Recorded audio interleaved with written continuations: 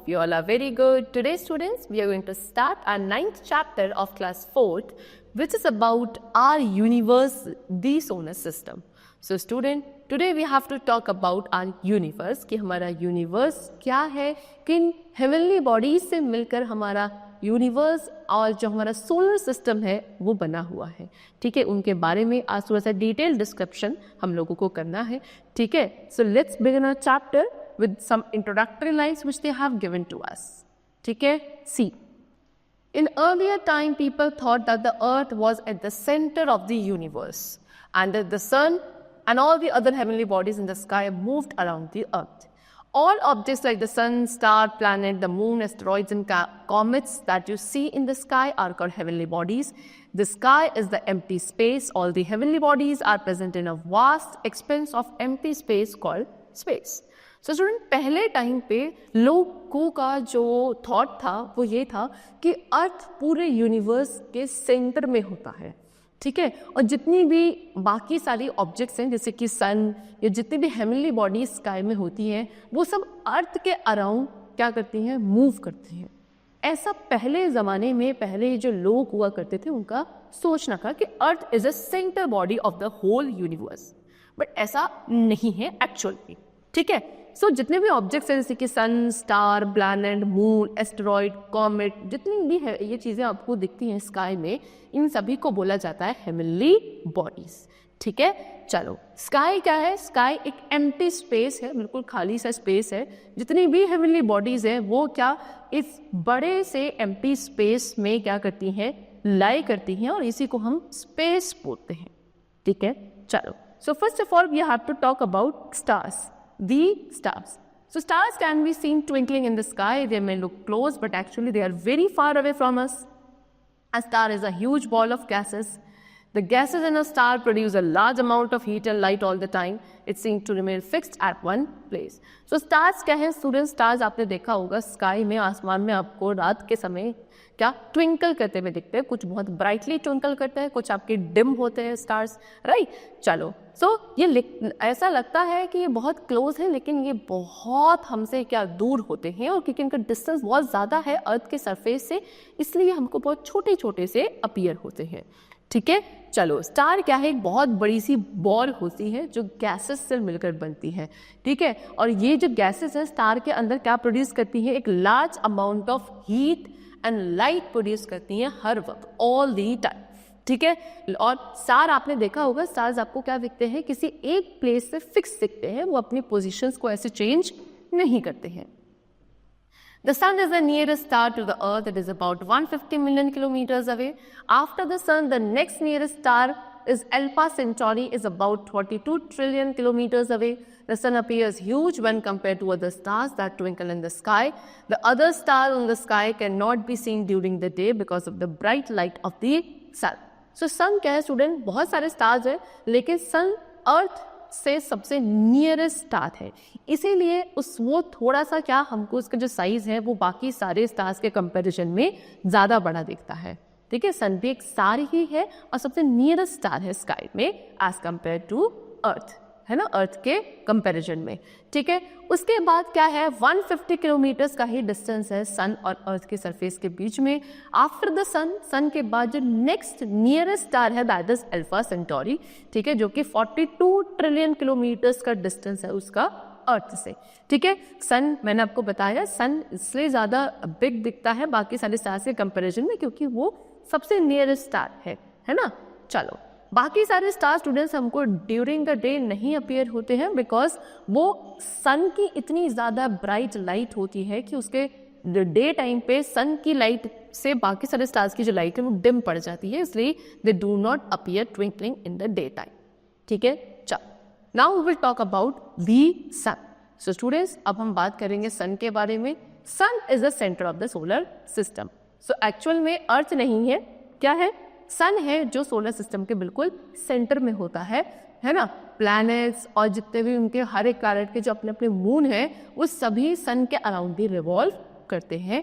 जो heat and light आपका सन produce करता है, उस हीट एंड लाइट की वजह से ही plants, animal and human beings, इन सब की जो लाइफ है अर्थ के ऊपर पॉसिबल है.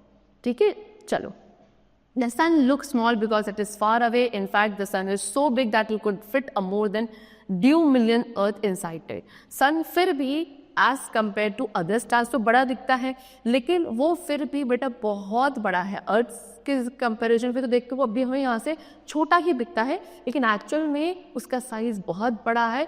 इतना बड़ा है कि आप क्या इसके अंदर मोर देन 2 बिलियन अर्थ सन के अंदर फिट कर सकते हो, है ना. चलो, सन क्या है? एक बड़ी सी बॉल है गैसेस की, ग्लोइंग ग्लासेस की. ठीक है, सन के बिल्कुल मिडिल में a process called nuclear fusion takes place which changes hydrogen gas into helium gas, and this change releases a huge amount of nuclear energy. The temperature of the sun at its center is what? 14 crore degree Celsius. So student, क्या सन के बिल्कुल centre में middle में एक process जिसका name है nuclear fusion, वो हमेशा चलता रहता है, जो कि क्या करता है, जो हाइड्रोजन गैस है सन के अंदर उसको कन्वर्ट करता है हीलियम गैस के अंदर. ठीक है, चलो, और ये जो चेंज आता है, गैसेस का जो चेंज होता है, इससे बहुत सारी न्यूक्लियर एनर्जी प्रोड्यूस होती है. जो सन का टेम्परेचर है बिल्कुल उसके सेंटर में, वो कितना है आपका 14 crore degree Celsius around temperature है. Sun was formed from a cloud of gases and dust about 5,000 million ago. ठीक है, it will die one day, but do not worry, it has enough fuel to keep it glowing for another 500 million years. So sun क्या है student? सन बना है क्या? एक gases के cloud से मिलकर बना है, गैसेस और डस्ट के क्लाउड से मिलकर बना है. 5000 मिलियन ईयर्स अगो इसका फॉर्मेशन हो गया था, है ना. एक दिन सन आपका क्या होगा, खत्म हो जाएगा, लेकिन हमें we do not worry about that, because इसके बाद भी इतना फ्यूल इसके अंदर है कि बेटा ये अगले 500 मिलियन ईयर्स अगो इसके डाई होने के बावजूद भी तब भी हमें सन अगले 500 मिलियन ईयर्स तक ग्लो करता हुआ दिखेगा. Now next is planets. So planets क्या है स्टूडेंट? प्लैनेट्स भी आपके हेवनली बॉडीज है जो सन के अराउंड मूव करती हैं. ठीक है, इनके इंक्रीजिंग डिस्टेंस के फ्रॉम सन के साथ उनके इंक्रीजिंग डिस्टेंस के अकॉर्डिंग 8 प्लैनेट्स हैं जो हमारे सोलर सिस्टम में होते हैं. Mercury, Venus, Earth, Mars, Jupiter, Saturn, Uranus and Neptune. These are the 8 planets which revolve around the sun.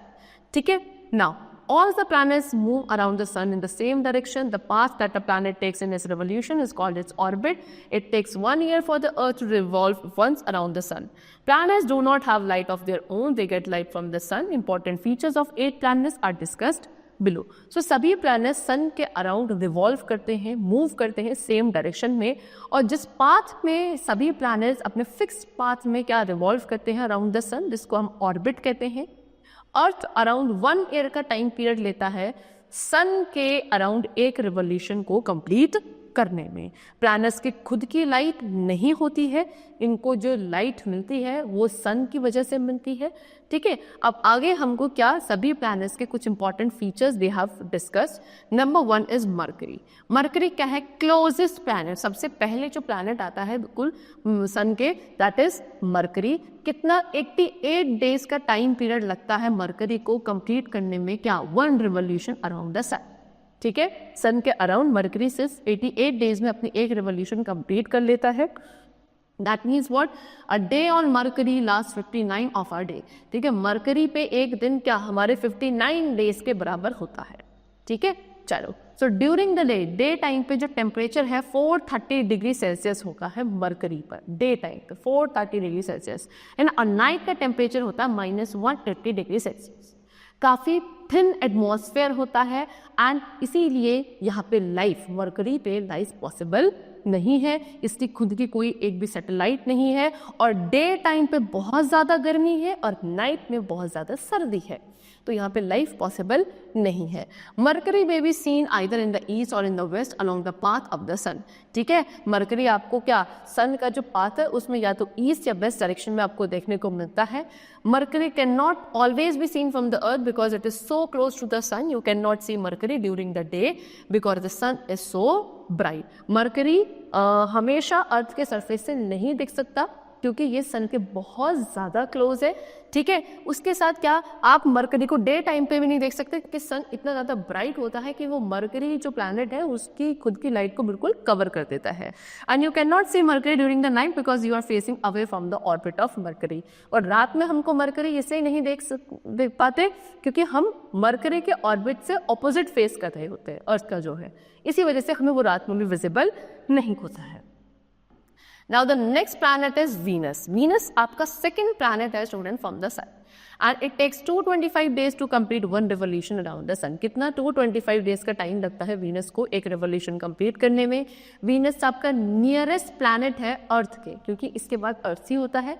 ये किससे कवर्ड है, क्लाउड से इतना ज़्यादा कवर्ड है वीनस कि it is impossible to see surface from the earth. It is the hottest planet, ठीक है। इसके सरफेस को अर्थ से नहीं देखा जा सकता क्योंकि चारों तरफ से ये बहुत ज़्यादा घने बादलों से कवर्ड रहता है। हॉटेस्ट प्लैनेट है ना, और one of the brightest object है, सबसे ज़्यादा ब्राइटली शाइन करने वाला ऑब्जेक्ट है in the night sky. Venus इतना ज़्यादा ब्राइट है student because it's thick clouds reflects most of the sunlight that reaches it. उसके जो थिक क्लाउड्स हैं जो उसको कवर करके रखते हैं चारों तरफ से, वो सारी सनलाइट जो उसके ऊपर फॉल करते हैं उसको रात के टाइम पे रिफ्लेक्ट बैक करते हैं वो क्लाउड्स, ठीक है। अबाउट 70% तक वो रिफ्लेक्ट बैक करते हैं इनटू स्पेस, है ना। And it is the closest planet to the earth, ठीक।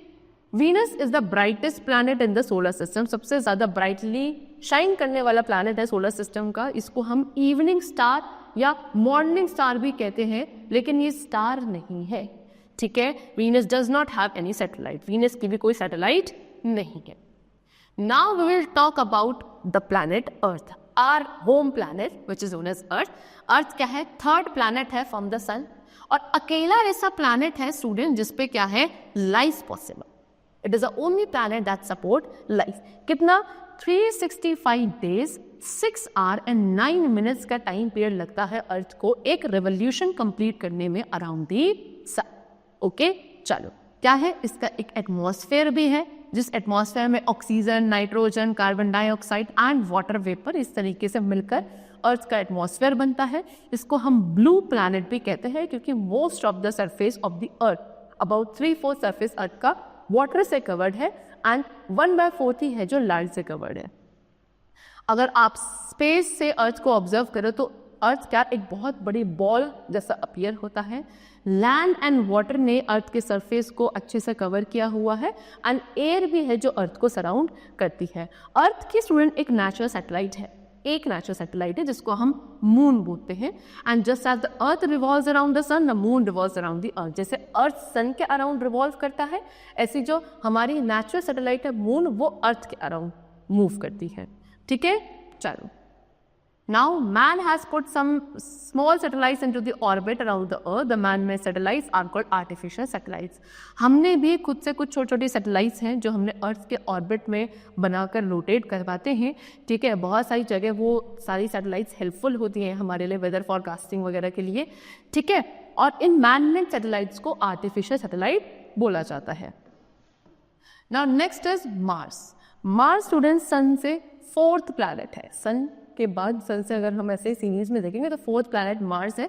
687 डेज का टाइम पीरियड लगता है मार्स को एक रेवोल्यूशन कंप्लीट करने में अराउंड दी सन, ठीक है। A day on Mars is about the same length as on the earth day, ठीक है। मार्स पे एक दिन उतना ही लेंथ का है जितना अर्थ पे होता है, ठीक है। मार्स की 2 नेचुरल सैटेलाइट्स हैं स्टूडेंट, यानी कि जो मून है 2 मार्स के, वो हम अर्थ से देख सकते हैं सिर्फ किसके थ्रू, टेलीस्कोप के थ्रू, ठीक है। Mars is more like the Earth than an other planet. Mars has an atmosphere which seems to contain water.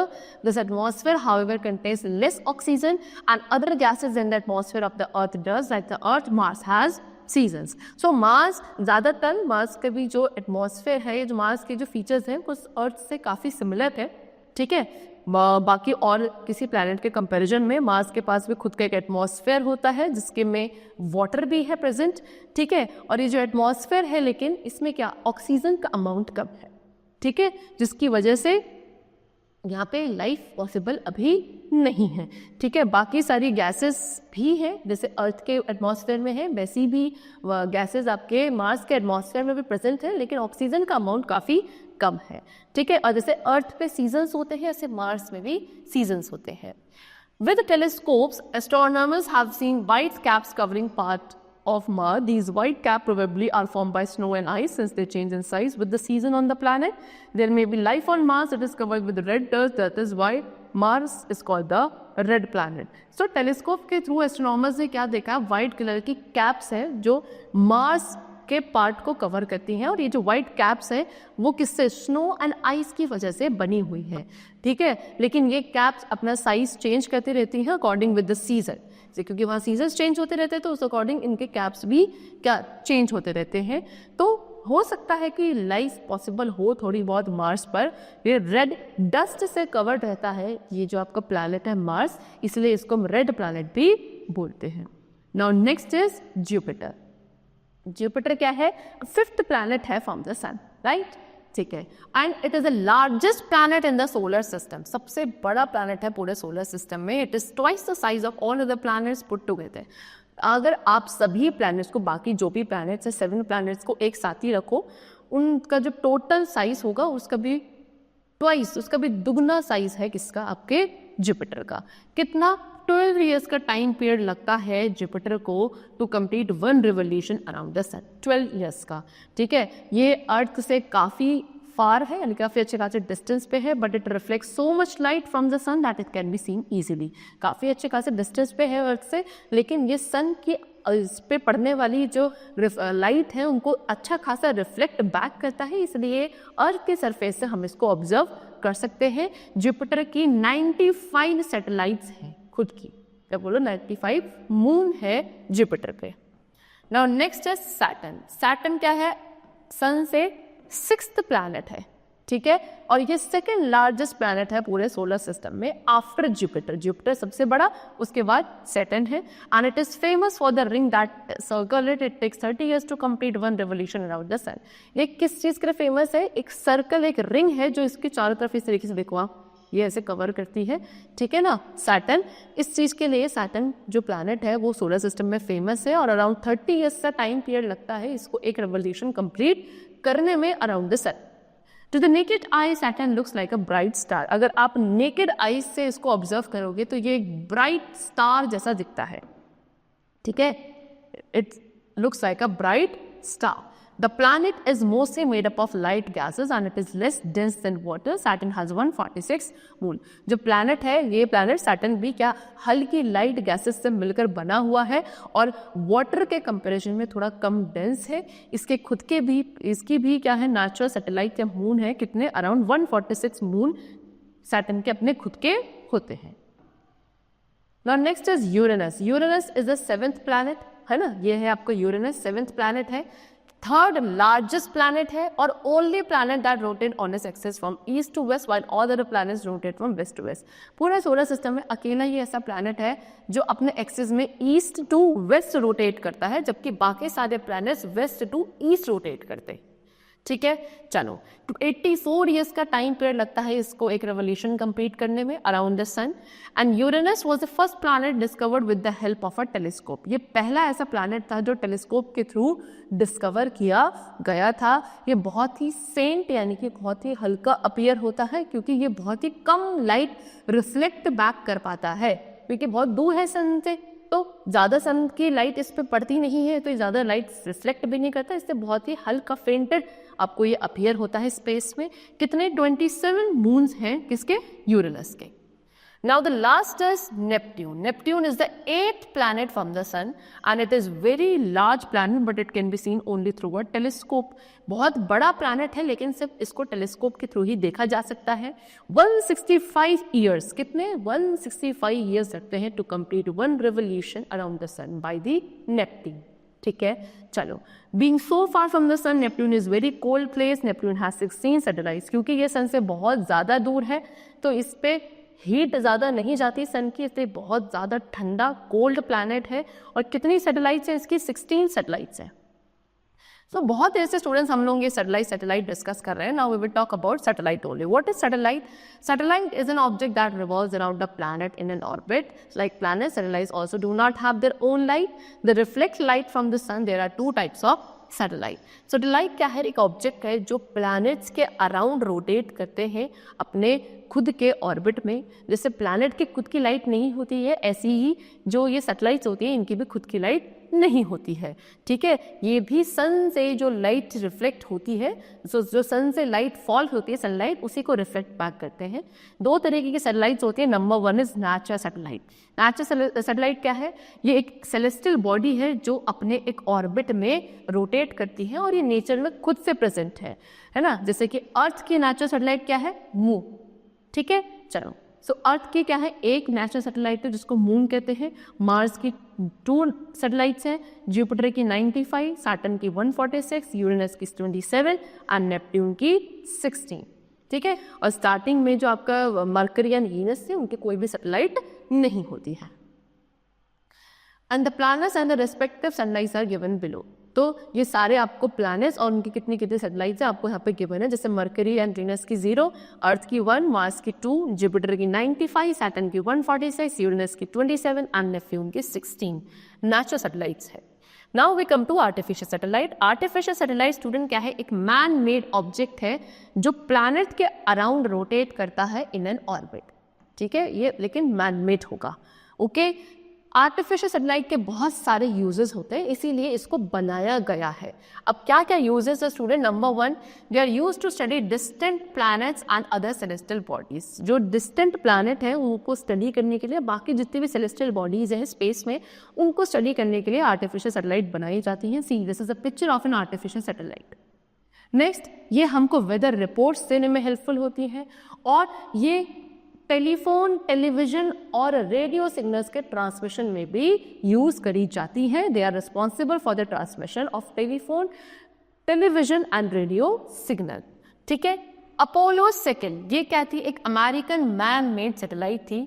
United State ने then sent 5 more Apollos into space. United State ने उसके बाद 5 और क्या Apollo satellite space में भेजी हैं.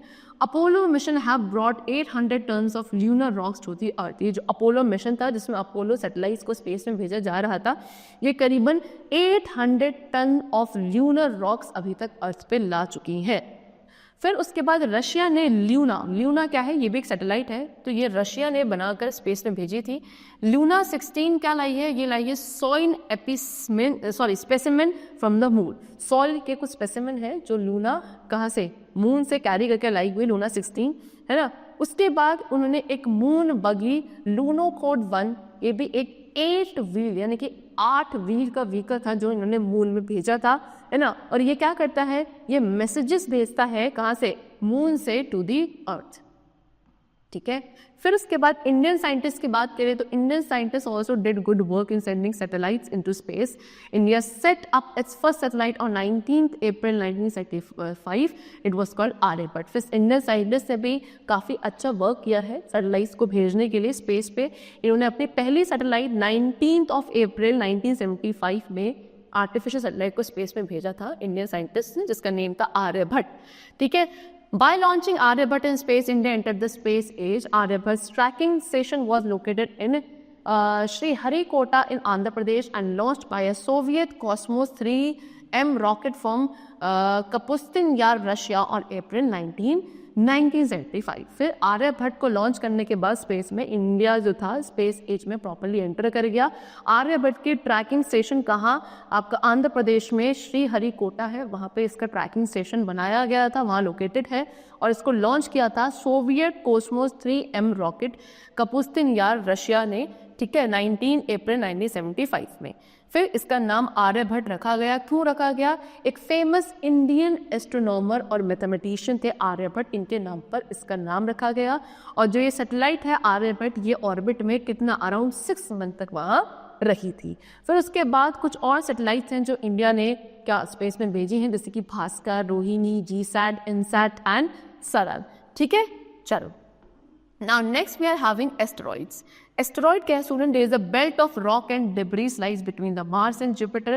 This belt is called the asteroid belt and these bodies orbit the sun like other planets. So क्या है? रॉक एंड डेब्रिस की एक क्या है बेल्ट है जो मार्स और जुपिटर के बीच में है. इस बेल्ट को हम एस्ट्रॉयड बेल्ट कहते हैं और जितनी भी बॉडीज़ हैं सन के अराउंड वो मतलब जितनी भी बॉडीज़ हैं जो ऑर्बिट सन के ऑर्बिट में है वो इसी बाकी प्लैनेट्स की तरह ही इसमें दिखती हैं.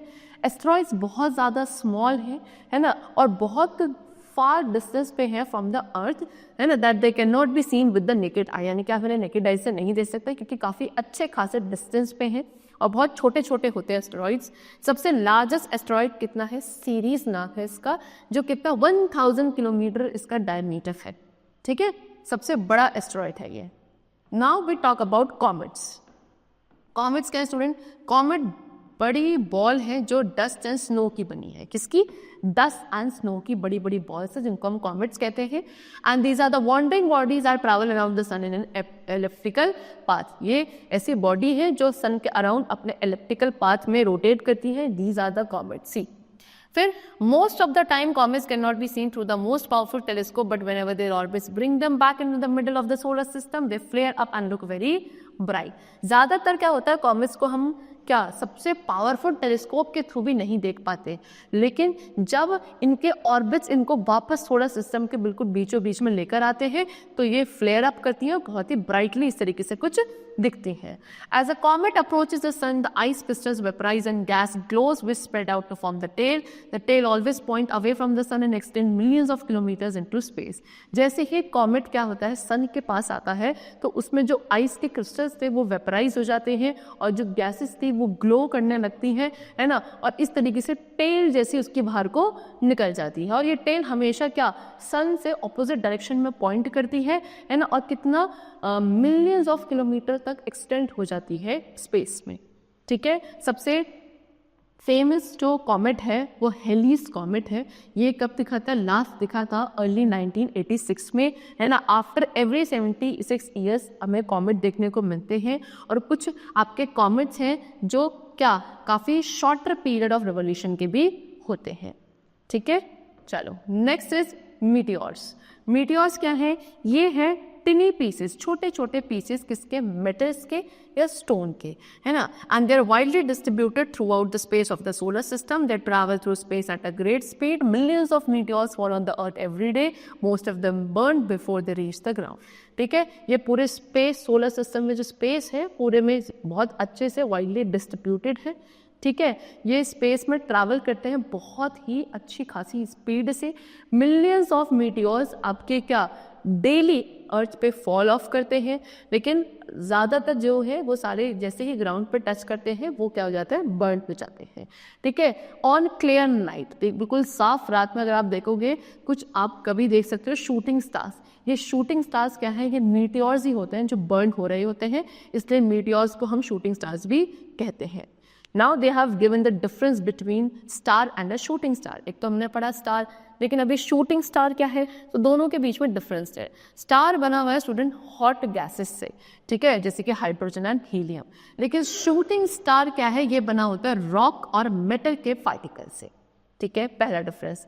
दूसरा, star emit light due to the nuclear reaction taking place. And star जो लाइट प्रोड्यूस करता है वो क्यों? उसके अंदर जो न्यूक्लियर रिएक्शन चल रहे होते हैं उसकी वजह से. लेकिन shooting star emit light due to the heat produced by friction on entering the atmosphere. Shooting star कब लाइट प्रोड्यूस करता है? जब वो जैसे ही एटमॉस्फेयर में एंटर करता है और एटमॉस्फेयर में एंटर करने के बाद जो उसमें फ्रिक्शन प्रोड्यूस होने की वजह से हीट प्रोड्यूस होती है उसकी वजह से वो लाइट एमिट करता है. स्टार का जो साइज है वो बहुत बड़ा होता है लेकिन शूटिंग स्टार का साइज काफ़ी छोटा होता है और ये कितना एक 10 पार्टिकल के अराउंड जितना 10 पार्टिकल का साइज होता है उतना करीबन छोटा क्या साइज होता है शूटिंग स्टार का. ठीक है स्टूडेंट, चलो. So student, we have discussed about the various celestial bodies that are there in our universe or in the solar system. I hope the chapter is very clear to you and it was a kind of interesting chapter also. So we'll meet you very soon with a new chapter. Thank you everyone.